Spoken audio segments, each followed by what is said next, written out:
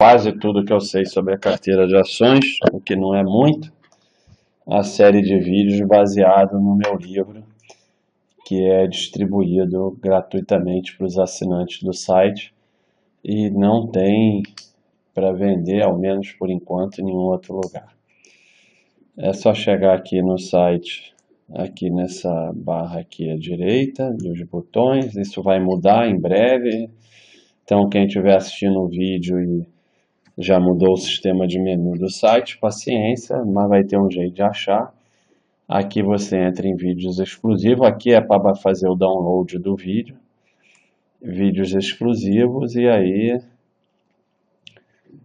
estou seguindo aqui os capítulos do livro, a gente está em escolher empresa para ser sócio, a parte de caixa e dívida. Vamos lá para baixo, porque ter ações já fizemos, como entrar na bolsa já fizemos, e agora aspectos gerais também já fizemos, escolher empresa já fizemos a primeira parte e tal, e vamos para a parte de caixa e dívida.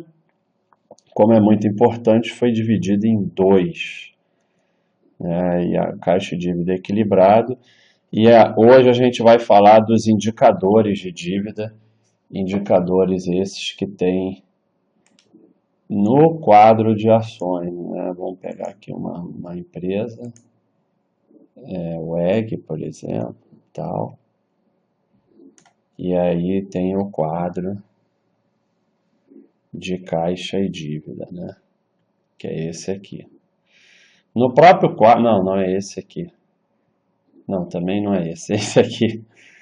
No próprio quadro a gente tem o tutorial, tem sobre o quadro, que é um vídeo, e cada indicador tem aqui a explicação, o padrão, a fórmula e tal e tudo mais. Então, vamos começar. Já explicamos sobre dívidas, está no vídeo anterior, então não vamos perder tempo por isso. Vamos para os indicadores. Dívida bruta. Empréstimos, financiamentos bancários e debêntures emitidas ainda válidas. Dívida bruta, ela envolve todos os empréstimos e financiamentos, e quando fala em dívida bruta, fala em tanto de curto prazo quanto de longo prazo, circulante e não circulante, né? Vamos abrir aqui o anual da WEG.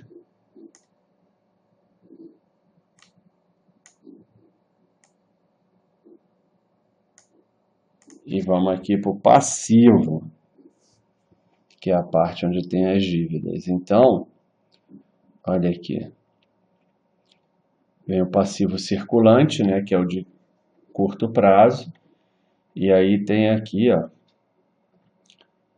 empréstimos e financiamentos. Esse é vai ter lá dividido no quadro, né? E aí tem a divisão em moeda nacional, moeda estrangeira e debêntures. No caso, não tem nenhum debêntures. Depois você vai para não circulante, tem aqui também empréstimos e financiamentos de longo prazo, moeda nacional, moeda estrangeira, não tem debêntures. Quando você vier no quadro da empresa, vai estar aqui, ó, dívida bruta, olha lá, curto prazo, longo prazo, né, circulante, não circulante, e o percentual em moeda estrangeira. Então está tudo explicado aqui. Tá? No caso dessa não tem debênture, mas se tiver debênture vai estar aqui, debênture tanto por cento.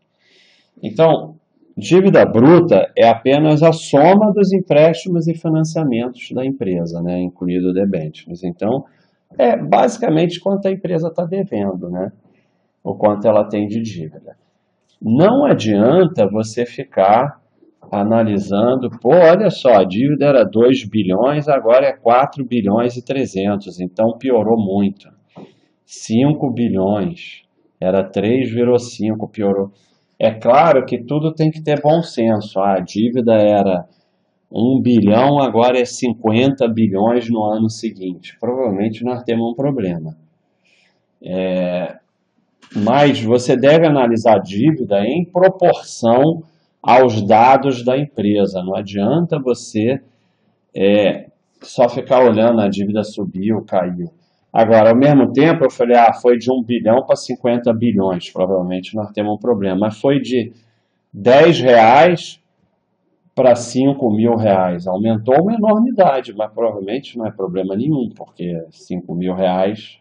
Então, tudo tem que ter bom senso e proporcionalidade. Mas, de qualquer maneira, empréstimo, dívida bruta são empréstimo e financiamento, basicamente as dívidas da empresa. É importante entender, e essa confusão o pessoal faz sempre, a dívida não é o passivo. Tem diversos passivos que não são dívida. Obrigação trabalhista, fornecedores. A dívida é parte do passivo. Toda dívida é passivo, mas nem todo passivo é dívida. Vamos voltar lá no quadro. Olha aqui. Então você vê aqui, ó, de aumentar um pouco o tamanho disso aqui, para o pessoal enxergar melhor. Então você vê aqui, ó, que a gente passivo total da empresa é 13 bilhões e 500. A dívida é 4 bilhões. Não, é 2016 anual, porque 2017 só tem um trimestre, né? 4 bilhões e 400. Então, toda dívida faz parte do passivo, mas nem todo passivo é dívida. Depois você divide o passivo em circulante, 3 bilhões, e o não circulante já sabemos que está em torno de 10 bilhões, porque é a soma dos dois. Na verdade, está em 4 bilhões. Que estranho. Essa realmente vou precisar de ajuda dos universitários. Depois o pessoal vai precisar ir nos ajudar. Não, óbvio, tem o patrimônio líquido. Oh, meu Deus, que burrice, estou cada vez mais burro. O patrimônio líquido, e eu faço ao vivo e as burrices saem no vídeo, pessoal, desculpa. Porque o que acontece? O passivo, o patrimônio líquido nos balanços entra no passivo. Então, o passivo total é o passivo circulante, o passivo não circulante, mais o patrimônio líquido. Então, quando você pega aqui, por exemplo, vamos pegar o não circulante que é maior, né? Você pega aqui o passivo não circulante, ele é de 4 bilhões e 100. Empréstimos de financiamentos, que é a dívida, é 3 bilhões e 400. Então, tem outras obrigações, ó. Tem outras coisas aqui que são dívida, impostos, provisões e tal, e outros passivos. Então, primeira coisa, ó, adiantamento de clientes, tal, tem outras coisas aqui, né? Imposto de renda, fornecedores, né? Obrigações trabalhistas. Então, primeira coisa que vocês têm que entender é que a dívida é parte do passivo. O passivo é maior do que a dívida. Tem outras coisas que fazem parte do passivo, né? Outra confusão que é muito comum é quando falam a seguinte besteira. A dívida é maior que o patrimônio, então está falido. Empresas que estão, entre aspas, falidas, né, insolventes, porque a falência é um decreto judicial, são empresas que têm um patrimônio líquido negativo. Patrimônio líquido, ativo menos passivo. Na verdade, você diria ativo mais passivo, porque o passivo é negativo. Mas tá bom, para entender bem, o que é o patrimônio da empresa? Você pega o patrimônio líquido, pega todos os ativos, diminui os passivos, o que sobrar é o patrimônio. Nesses passivos estão as dívidas. E as dívidas podem ser maior do que o patrimônio, porque tem os ativos para compensar. Então, a empresa tem um patrimônio de 5 e uma dívida de 10. Aí você diz assim, porra, a dívida é maior que o patrimônio, está quebrada. Não, porque eu tenho os ativos, que são 15 ou 20, menos os passivos vai dar o patrimônio. Então, a dívida já está incluída no patrimônio líquido. Quando você fala que o patrimônio líquido é 5, é porque você já botou ativo menos passivo e dentro dos passivos estão a dívida e o que sobrar é patrimônio. Então, a empresa não está inadimplente se a dívida for maior que o patrimônio, ela está inadimplente se a dívida for maior que os ativos, porque aí com certeza os passivos são maiores que os ativos, mas não maior que o patrimônio. E publicam sempre essa besteira. E dívida maior que o patrimônio não necessariamente demonstra desequilíbrio. A dívida pode ser maior que o patrimônio, mas ter ativos, por exemplo, se a empresa tiver um caixa imenso e muito maior que a dívida pode ser maior que o patrimônio e assim, ainda assim a empresa está equilibrada. Você tem que ver o tipo de empresa, tem que ver o que está acontecendo, é só essa informação. Não quer dizer nada, a dívida já é descontada do patrimônio líquido. Se o patrimônio líquido é positivo, a empresa ainda tem mais ativo que passivo, não está insolvente. Olhar só a dívida bruta não é uma análise muito boa, porque número absoluto não quer dizer nada. Você tem que comparar a dívida com outros dados da empresa. Você tem que comparar a dívida em proporção ao patrimônio, aos lucros, ao EBITDA e tudo mais. E mesmo quando ela está crescendo, tem que ver se a empresa está crescendo também, é natural que a dívida cresça. Uma empresa que vale 1 bilhão, normalmente tem uma dívida menor do que uma que vale 50 bilhões. E ela pode estar mais desequilibrada mesmo tendo uma dívida menor. O que interessa é o que a dívida representa na empresa. E não propriamente os números absolutos da dívida. Agora, como eu falei, tem que ter bom senso, tem números absolutos que são obviamente absurdos, mas você vai analisar a proporção da dívida em relação aos outros dados. Como eu mostrei, analisar o quanto da dívida é de curto prazo e de longo prazo. O risco é maior quando você tem muita dívida de curto prazo. Agora, aqui também o pessoal faz uma confusão. Vamos ver se eu acho uma, porque é sempre bom botar exemplos. Vamos ver essa daqui? Essa daqui não. Essa daqui não. Grendene ou Hering, talvez. Eu tenho que lembrar de tudo. Qual é o certo de uma pessoa que faz as coisas certas? É olhar isso antes e planejar antes, né? Mas eu faço ao vivo, quem sabe faz ao vivo, ou quem tem preguiça, né? Mas acho que a gente consegue fazer as coisas aqui. Exatamente, olha só. A Grendene tem 73% da dívida de curto prazo. Aí a pessoa que não tem bom senso, ou que fica aprendendo as coisas olhando cada árvore separada e não a floresta, fala, não, está desequilibrada, é muita dívida de curto prazo.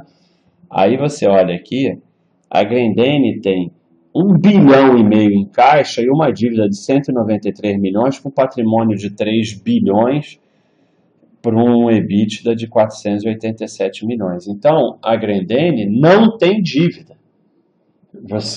Ela tem uma dívida aqui que você pode dizer que não tem dívida. Então, o que acontece com esse tipo de empresa? A dívida é tão pequena e tão irrisória que ela não se preocupa em alongar a dívida, né? Muitas empresas, na administração das dívidas, elas vão trocando dívidas mais curtas por dívidas mais longas. Mas, para a Grendene, as dívidas são tão pequenas que ela nem se preocupa com isso. Conforme a dívida for vencendo, ela vai pagando. Isso faz com que ela passe a ter um endividamento de curto prazo alto. Já foi 90%, 80%, mas sempre uma dívida que não existe. Não existe, é uma dívida irrisória. Então, Sendo a dívida irrisória, não faz diferença ser de curto prazo. Então, ter muita dívida de curto prazo, mais do que de longo prazo, é um dado de desequilíbrio para empresas em que você vê que está havendo um desequilíbrio. Tudo, esse é o problema de análise de empresa. Não dá para você ficar olhando coisas separadas, você tem que analisar como um todo também. O quanto da dívida em moeda estrangeira.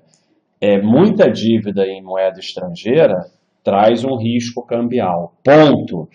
As empresas vão sempre dizer que tem hedge cambial, que não sei o quê, mas muita dívida em moeda estrangeira traz um risco cambial. Isso, a minha experiência mostra isso. Por mais que as empresas digam que tem hedge cambial, que não sei o quê, que elas se beneficiam do dólar alto, que não sei o que eu vejo é que quando tem muita dívida em moeda estrangeira tem um risco. Debênture é uma dívida cara normalmente, então tem que ficar de olho. Então, tudo isso são as coisas que você pode ver em dívida bruta. Dívida líquida, eu não botei aqui porque eu acho que nós já falamos lá em cima, mas antes eu vou mostrar para vocês o que é o caixa, né? O caixa são reservas financeiras disponíveis para a empresa que pode ser acessada imediatamente. Dinheiro em caixa, né, numerário, dinheiro propriamente dito, aplicações financeiras de curto prazo, título e valores imobiliários de curto prazo. Tudo que pode ser usado praticamente imediatamente. Então, é basicamente a reserva financeira da empresa. Esse é o caixa da empresa que está representado aqui. Lá no balanço, você vai, aí já vai em passivo, em ativos e não passivos. Eu tenho que chegar aqui embaixo para poder ir para lá. Não estou conseguindo ir para lá, então tem que diminuir. Aqui, ó. Caixa está em ativos. Mesma coisa. Dinheiro em caixa, caixa faz parte do ativo, mas não é todo o ativo. Tem outras coisas que são ativos que não são dinheiros em caixa. Por exemplo, conta a receber é um ativo, estoque é um ativo, tributos a recuperar. Então, tem outras coisas que são ativos da empresa que não são caixa. Então, caixa é equivalente de caixa, né? E aplicações financeiras está aqui, ó. Né? Porque no caixa equivalente de caixa já entra caixas e banco, aplicações financeiras. Aqui, ó, 101, 01 do 02. Então, aqui é outro. Então, somaria esse com esse. Esses dois aqui não podem somar porque esses dois são subdivisão desse aqui. Então, e o caixa só entra o circulante. Na dívida lá a gente teve o circulante ou não circulante. No caixa só entra o circulante, porque são reservas financeiras imediatas, né? Então, esse é o caixa da empresa que aparece aqui no nosso quadro como caixa, tá? E aí, o que vem? Dívida líquida. É a dívida bruta menos o caixa. Ou seja, eu devo 10, tenho 5 em caixa, a minha dívida líquida é 5. Tá? Porque eu poderia pegar o caixa e pagar parte da dívida. Se for negativa, é porque o caixa é maior que a dívida, né? Então, como eu falei, numerário disponível, dinheiro, investimento, liquidez imediata. Teoricamente, assim, a dívida líquida é um dado já mais confiável do que a dívida bruta, como eu disse anteriormente, a empresa tem uma dívida bruta de 10, mas tem 100 em caixa, então você pode dizer que ela não tem dívida, é o que eu mostrei na Gremene. Uma dívida líquida negativa ou pequena, a gente tem controle total sobre a dívida. Aí você pode alegar, a empresa pode gastar todo o caixa e aí a gente vê, analisa e vê o porquê foi feito isso e tal. E ver se a empresa está desequilibrando, mas naquele momento a gente tem que analisar os dados daquele momento. E assim, uma coisa de bom senso, tentar não começar, porque eu vejo muito as pessoas botarem pergunta de ideia maluca, pergunta de exceção. Coisas acontecem, mas você tem que lidar com o usual. Nos investimentos, você se protege do possível, mas você investe no provável. Então, por controle de risco, você se protege do possível, daquela coisa inusitada. Mas o que vai acontecer mais vezes é o provável. Por isso que ele se chama provável. As coisas usuais e comuns acontecem mais do que as incomuns. Então, você se protege do incomum, diversificando, controlando o risco, mas você vive no comum.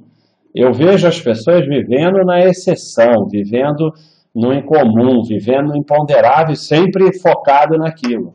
As coisas em comum acontecem menos do que as comuns, então a gente vai enriquecer dentro do comum, dentro do usual. A empresa que tem um caixa muito maior que a dívida está equilibrada. Uma vez na vida, uma empresa dessa vai desequilibrar, mas na maior parte das vezes elas vão continuar equilibradas. Como eu falei, o comum acontece mais do que o comum. Como eu falei aqui, ela pode fazer um grande investimento com caixa e passar por uma situação de desequilíbrio. Mas, na maior parte das vezes, vai ser algo planejado e, após o resultado dos investimentos, o equilíbrio vai se restabelecer. Então,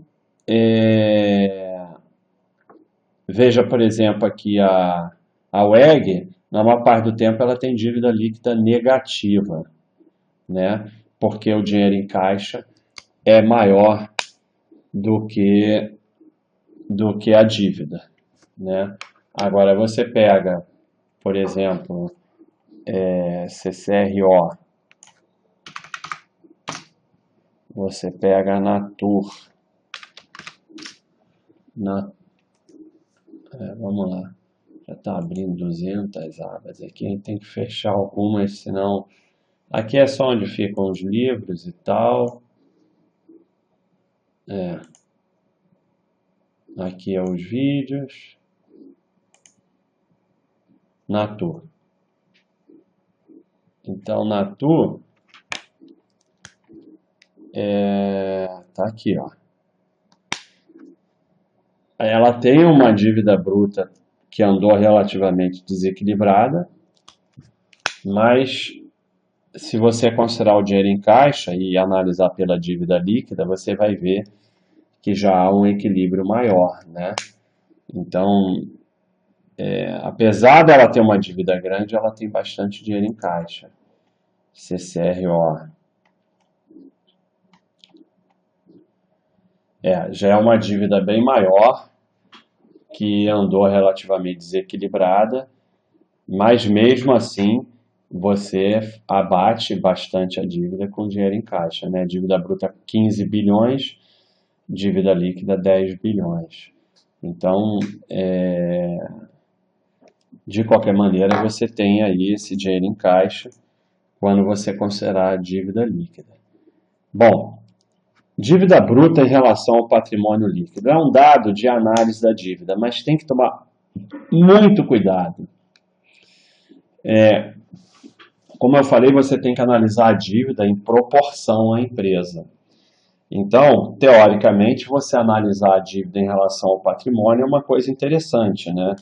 Você chega e como eu mostrei aqui, né? Você chega aqui na Grendene, é essa a Grendene?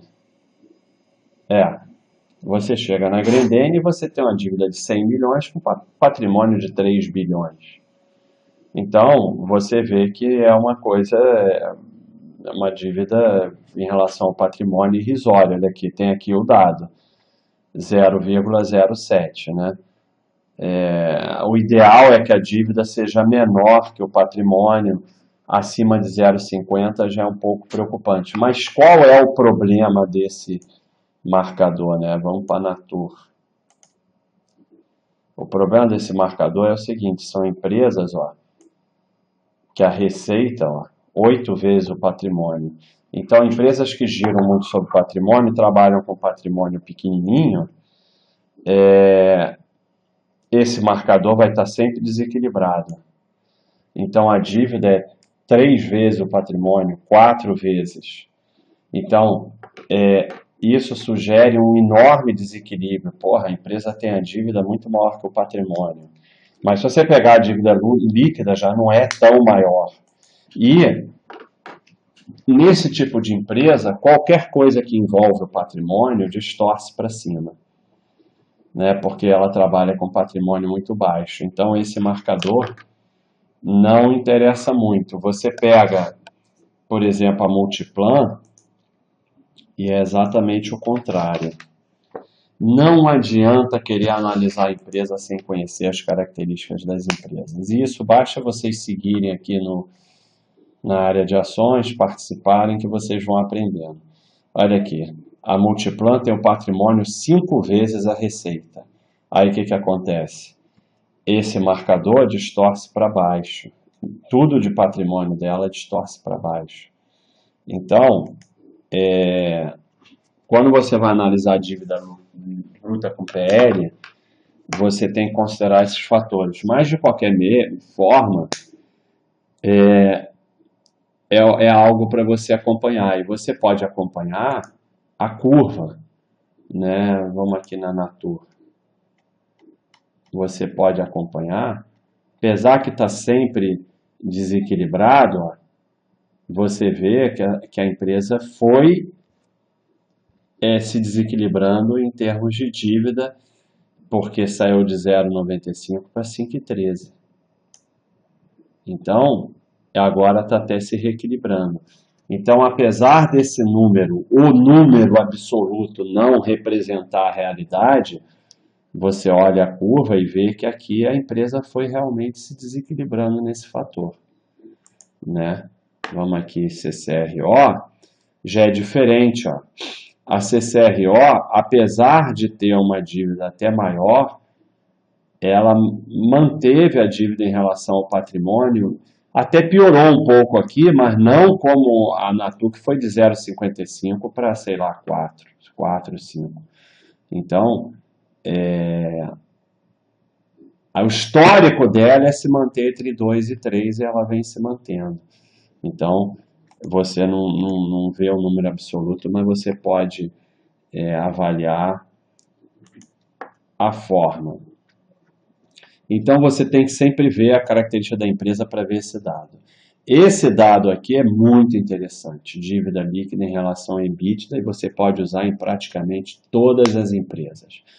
Porque a empresa tem que gerar caixa, que é o EBITDA, né? Na DRE é a geração de caixa da empresa, é o EBITDA, para pagar suas dívidas. E, por outro lado, em última instância, o objetivo das dívidas é gerar caixa. Então, você comparando a dívida líquida com o EBITDA, você pode ter uma análise mais fidedigna da dívida, do equilíbrio de dívida da empresa. O padrão é você utilizar 3, mas um máximo de 3 para esse marcador. Mas tem empresas que trabalham com limites mais altos, você pode perguntar o RI da empresa. Agora, também não aceite qualquer coisa que o RI fala, né? Não, a gente trabalha com 10. Não, tudo é bom senso. Eu não vou aceitar que trabalhe com 10. Não, como a gente tem receita garantida e a gente investe muito para de crescimento, a gente leva até 4. Tá bom, aí você vai acompanhando a empresa e tal. Agora, tudo com bom senso, né? E também, apesar desse dado ser muito importante, você vai analisar junto com os outros, né? Uma empresa que aceita até 4, está ali em 4 e pouco, os outros dados não estão muito preocupantes. Não, está em 4 e pouco e está tudo desequilibrado. É diferente. Sempre olhar a floresta, nunca a árvore isolada. Então, e a outra coisa, como eu falei, né? A curva. Você vê uma empresa que sempre se manteve próximo de 3. É diferente de uma empresa que sempre se manteve em meio e de repente vai para 3. É um investimento, vamos acompanhar, ou ela está desequilibrando?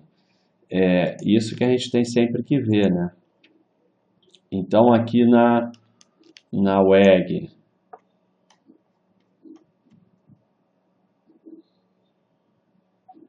né? nem tem dívida líquida EBITDA porque ela não tem dívida líquida, né? Então você vê uma empresa com a dívida. Você olha isso aqui, ó. É, é muito difícil ensinar o bom senso, porque eu falo assim, não tem que olhar tudo, não pode olhar dados isolados, mas alguns dados isolados definem. Quando você olha aqui que a empresa não tem dívida líquida EBITDA e que ela não tem dívida líquida, você não precisa mais ficar analisando dívida dessa empresa. É equilibrado, acabou o assunto. Então, alguns dados são definitivos. Aqui, Grendene, 1,5 bilhão caixa, 190 de dívida com patrimônio de 3 bilhões. Não adianta, porque aí você vai chegar, como eu falei, mas a dívida de curto prazo não tem a menor importância, porque ela não tem dívida. Hering é a mesma coisa, Hering não tem dívida, Hering não tem mesmo. Hering não tem dívida, sobrou aqui uma dívidazinha de 28 milhões, 280 em caixa. Não adianta olhar mais nada, é tudo perto. Teve época que a Hering tinha 100% da dívida de curto prazo, mas a dívida era 1 milhão. Então, sabe, e daí que é de curto prazo? Ela está esperando vencer, não é? Quando vencer, ela paga. Aqui é CCRO, né? A CCRO, como eu mostrei, olha, se você olhar a dívida em relação ao PL, ao patrimônio, está desequilibrado, mas em relação ao EBITDA, sempre se manteve relativamente equilibrado, excetuando-se 2015, que ela fez aí um investimento maior e a gente teve aqui um pouco de desequilíbrio, mas a CCRO é uma empresa de muita alavancagem, então isso aqui você aceita um ano, ela reequilibrou, mas olha que interessante, a dívida até aumentou, mesmo a dívida líquida, mas aqui diminuiu, dívida líquida e EBITDA. Aqui, não, aqui a líquida até diminuiu. Então, o que importa é sempre a proporção. Agora, quando você vai olhar na TUR, ela veio, tudo bem, dívida líquida e EBITDA ainda é equilibrada, mas ela veio aumentando, então você fica de olho. Agora, se você olha a dívida líquida em relação ao patrimônio líquido, está bem desequilibrada. Mas o que acontece com o Natur é diferente de CCRO. CCRO é uma empresa que alavanca, mas está se mantendo dentro do estilo dela. Né? Dentro do estilo dela. Aqui a dívida líquida e EBITDA se mantém mais ou menos sempre nos mesmos níveis. Não tem nada demais. Né? A CCRO ela vai se mantendo dentro do histórico dela. A Natur houve um certo desequilíbrio, principalmente em 2015, até 2015. Parece estar se reequilibrando, né? Mas não adianta só olhar dados absolutos. Né? Então, esse é dívida líquida EBITDA, é muito importante. O índice de cobertura de juros, a fórmula... Bom, a fórmula aqui é simples, né? Da dívida líquida EBITDA é basicamente a definição, dívida líquida dividido por EBITDA. Índice de cobertura de juros é o EBIT, que é o lucro operacional dividido pela despesa de juros. É o quanto os juros de empréstimo pressionam o operacional da empresa, representado pelo EBIT ou lucro antes do imposto de juros. Quantas vezes o EBIT paga as despesas com juros? Quanto maior o resultado, mais tranquila é a posição da empresa. Vai se agravando abaixo de 2 e é bastante preocupante abaixo de 1, pois a empresa, os juros, abaixo de 1, os juros são maiores do que o EBIT, do que a geração de caixa operacional da empresa. E isso é um desequilíbrio grande em termos de caixa e dívida. Mesma coisa, você tem que olhar dentro do contexto. Agora, a pressão grande de juro, durante muito tempo, vai ter sempre um preço, né? Isso vai sempre derrubar as margens, porque sempre aqui é a Natur, né? Aqui é a Natur. Sempre, né, o que você tiver, olha aqui, ó, aqui a gente tem a despesa com juros. Se a despesa com juros aumenta, o resultado financeiro negativo aumenta, porque o resultado financeiro são receitas financeiras e despesas financeiras. E o resultado financeiro, ele desconta do lucro, né? Você vai pegar o EBIT e você vai ter que descontar isso aqui para chegar no lucro, né? Então, peraí. Não só isso, né? Você tem impostos também e tal. Mas, de qualquer maneira, um resultado financeiro muito negativo vai diminuir expressivamente os lucros da empresa. Então, olha aqui, o índice de cobertura, como eu falei, o EBIT, né, dividido pela despesa com juros. Olha como aqui na Natura é bem tranquilo, ainda está dentro do equilíbrio, né, porque está 4 vezes. Mas você tem que ficar de olho. Você pode ter empresas que sempre trabalharam com 4 vezes, ou até trabalharam com 3 vezes, aumentou para 4, aí você olha 4 e não tem nada demais. Mas olha como a Natur foi mudando sua característica, diferente da CCRO, né? A CCRO até está diminuindo esse número. Não, diminuindo esse número é ruim. Pessoal, desculpa, às vezes eu me confundo, não tem jeito. Diminuir o número é ruim, mas ela está ainda mais ou menos próximo da história dela. Diferente da Natur, que vem lá de 25 para 4. Agora, de qualquer jeito, a gente tem que ficar de olho aqui em CCRO, porque a despesa com juros vem aumentando expressivamente, esse número está se aproximando de 2. E aí você vê aqui, ó, como o resultado financeiro está piorando, né? E aí de um EBITDA, de uma geração de caixa imenso de 5 bilhões, sobra 1 bilhão e 700 de lucro. Que nem sei se é tudo isso, porque tem que descontar. Descontado sobra muito menos, né? Tirando os não recorrentes, sobra muito menos. Né? Então, a margem desaba. Ó. Então, a despesa com juros aqui está começando a pressionar. Tem que ficar de olho. Né? Vamos para aquelas nossas conhecidas desequilibradas. Vamos pegar, por exemplo, pegar CSNA, a famosa no momento JBS e a construtora, que adora uma alavancagem, Gafisa. Esse vídeo vai ser um pouco maior, mas a gente tem que terminar a parte de dívida, senão a gente não sai daqui nunca. Então, olha só, o índice de cobertura lá embaixo, ó, abaixo de 2. Despesa com juros de 3 bilhões. Aí você vem aqui, ó, resultado financeiro de 3 bilhões negativo, 2 bilhões.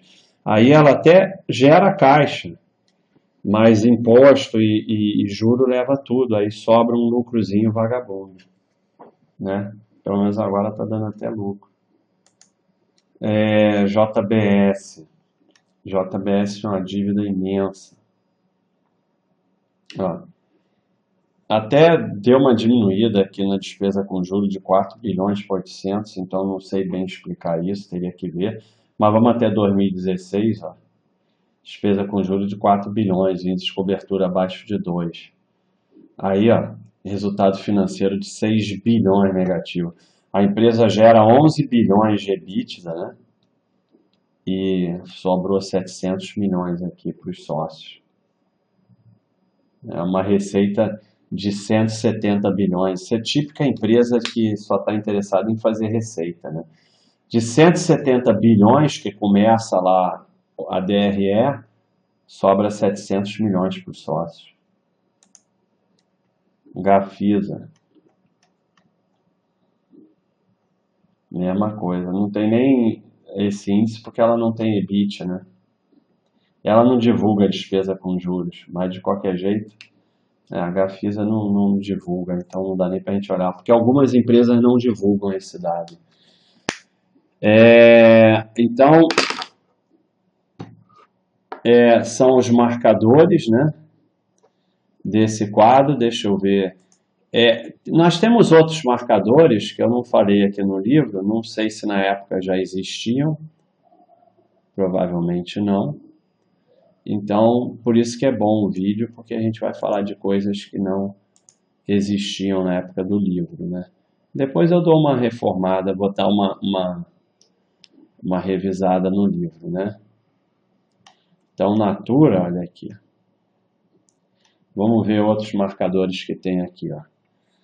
Endividamento financeiro, né? Aqui não é bom para a gente olhar, porque vai distorcer tudo, porque ela trabalha com patrimônio líquido muito baixo. Vamos ver a CCRO. Um pouquinho menos distorce menos, né? Porque é 10 bilhões para 6 bilhões. De qualquer jeito, né? Endividamento financeiro é a participação do capital de terceiro na empresa. Quanto maior, mais alavancado. Não quer dizer que ser grande seja ruim, né? Cada empresa acha o seu equilíbrio. Olha a diferença para uma Grendene. Vamos voltar para a Grendene. Essa daqui, Grendene. Não. Esse patrimônio não é da Grendene. Essa é aquelas que eu botei agora. Também não. Grendene é essa daqui, ó. Não, essa é Hering. Grendene é essa. Ó, endividamento financeiro de 6%. Então, ela só usa 6% de capital de terceiros. É uma empresa extremamente conservadora, né? Isso não é bom ou ruim a princípio, né? Você tem que saber o tipo de empresa que você está lidando, né? A CCRO é uma empresa mais agressiva, a Grendene é uma empresa mais conservadora. Endividamento de curto prazo, como eu já mostrei, 35% é equilibrado. Custo percentual da dívida, despesa com juros dividido pela dívida bruta. Quanto mais baixo, mais barata é a dívida, né? Aqui são os dois marcadores de alavancagem, né? Ativo total dividido por patrimônio líquido. Quanto maior, mais alavancada a empresa. Acima de 2 já é uma boa alavancagem. E aqui acima de 100%, porque isso aqui é o ativo em relação ao patrimônio líquido, né? Demonstra quantos reais a empresa está operando para cada real de dinheiro do acionista. Então, 5 vezes é uma baita alavancagem, né? Apesar que tem um pouco de distorção, porque o patrimônio dela é menor do que a receita, né? Mas mesmo assim é uma empresa que alavanca bastante. A imobilização do patrimônio líquido. Quanto maior o índice, mais a empresa está investindo no ativo permanente e menos sobra para o ativo circulante, aumentando a dependência de capitais de terceiro. O ideal é o patrimônio líquido ao menos cobrir o permanente. Então, o ideal é abaixo de 100%, ela está com 250%. Já teve mais alavancada esse ano, parece diminuir um pouco a alavancagem. Aí você vai para a Grendene. Essa é a Hering. Grendene está aqui. Ó. 1,18, né, bem abaixo de 2%. E aqui 14%, uma empresa bem mais conservadora. Então, esses dados todos que você vai analisar junto, mas tem que saber as características da empresa, né? A CCRO, por exemplo, é uma empresa que alavanca mesmo. Mas eu não gosto de empresa que alavanca, tá bom.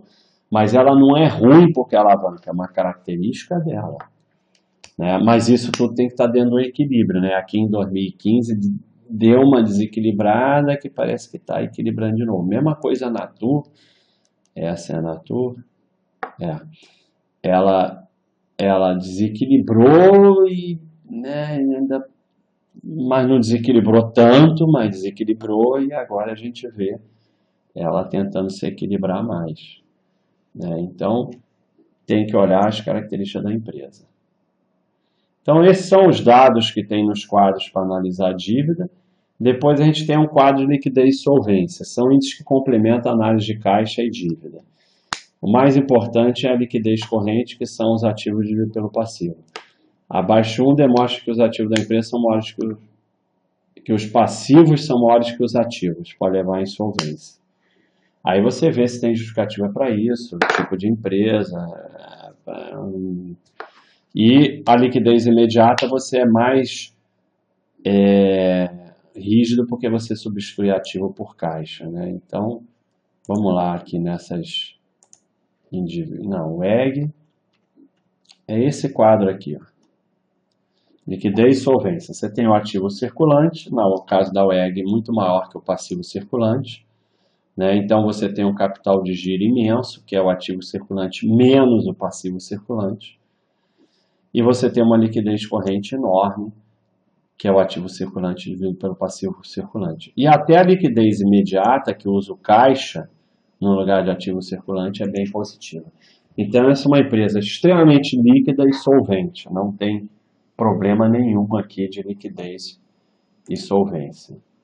Você vem aqui para a nossa amiga Siderúrgica Nacional, aí você já vê, em termos de liquidez e solvência, ela está até equilibrada, né? Aqui ela está até equilibrada, né? Liquidez corrente, até liquidez imediata e tal, porque ela, apesar da dívida imensa, ela tem um caixa alto e ela consegue ter um ativo bem maior que o passivo. Aqui já é uma situação limítrofe, né?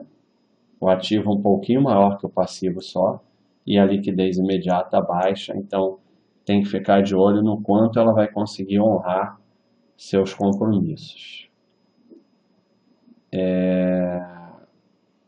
Essa daqui era a JBS, né? A Gafisa, apesar de tudo, ainda tem ativo circulante maior que liquidez, que o passivo circulante, mas olha a liquidez imediata dela. É péssima, porque ela está quase sem dinheiro em caixa. Então, é outra que tem que ficar de olho, realmente. Já teve situações piores até. Aqui é Grendene. A Grendene é totalmente tranquilo, né? Liquidez corrente 5,81. Ela praticamente não tem passivo, né? E liquidez imediata 3,41. Empresa conservadora. Mesma coisa a Ering, empresa conservadora. CCRO, né? Sempre uma empresa que alavanca mais. Aí a gente vai ver que tudo faz sentido dentro da realidade dela. O passivo circulante é maior que o ativo circulante. Liquidez corrente 0,94. Imediata nem está tão ruim, que ela tem um bom dinheiro em caixa. Então, é uma empresa que vive dentro do equilíbrio dela, né? O equilíbrio dela é esse. A Natur, uma liquidez corrente ali no limite e uma liquidez imediata um pouco baixa, né? Tem que ficar de olho. E essa daqui quem é? É a Multiplan. A Multiplan já bem mais equilibrada, né? Bem mais tranquilo. Então, aqui é um complemento em que você vai complementar se a empresa está desequilibrada em termos de dívida, como é que ela está em liquidez e solvência? Ela também está desequilibrada, então são mais dados ruins. Então, vai complementar o estudo de caixa e dívida. Então, vamos resumir esse capítulo, todo o capítulo, não é só parte de caixa e dívida, mas todo o capítulo de escolher empresas para ser sócio, que foi dividido em 4 vídeos, 4.1, 4.9, 4.3, 4.4. Uma empresa para ser boa para ser sócio minoritário, precisa ter boas condições para ser sócio. ON com boa liquidez e free float. Boa gestão, aqui são segurança para ser sócio. Ideal é que só tenha ON. Boa gestão e governança. Produzir caixa eficientemente, ou seja, fazer dinheiro. As pessoas se iludem muito com empresa, ficam lá apostando milhões de coisas da empresa, vai reestruturar, vai trocar de presidente, está fazendo investimento não sei aonde, está comprando outra empresa, está trocando de nome.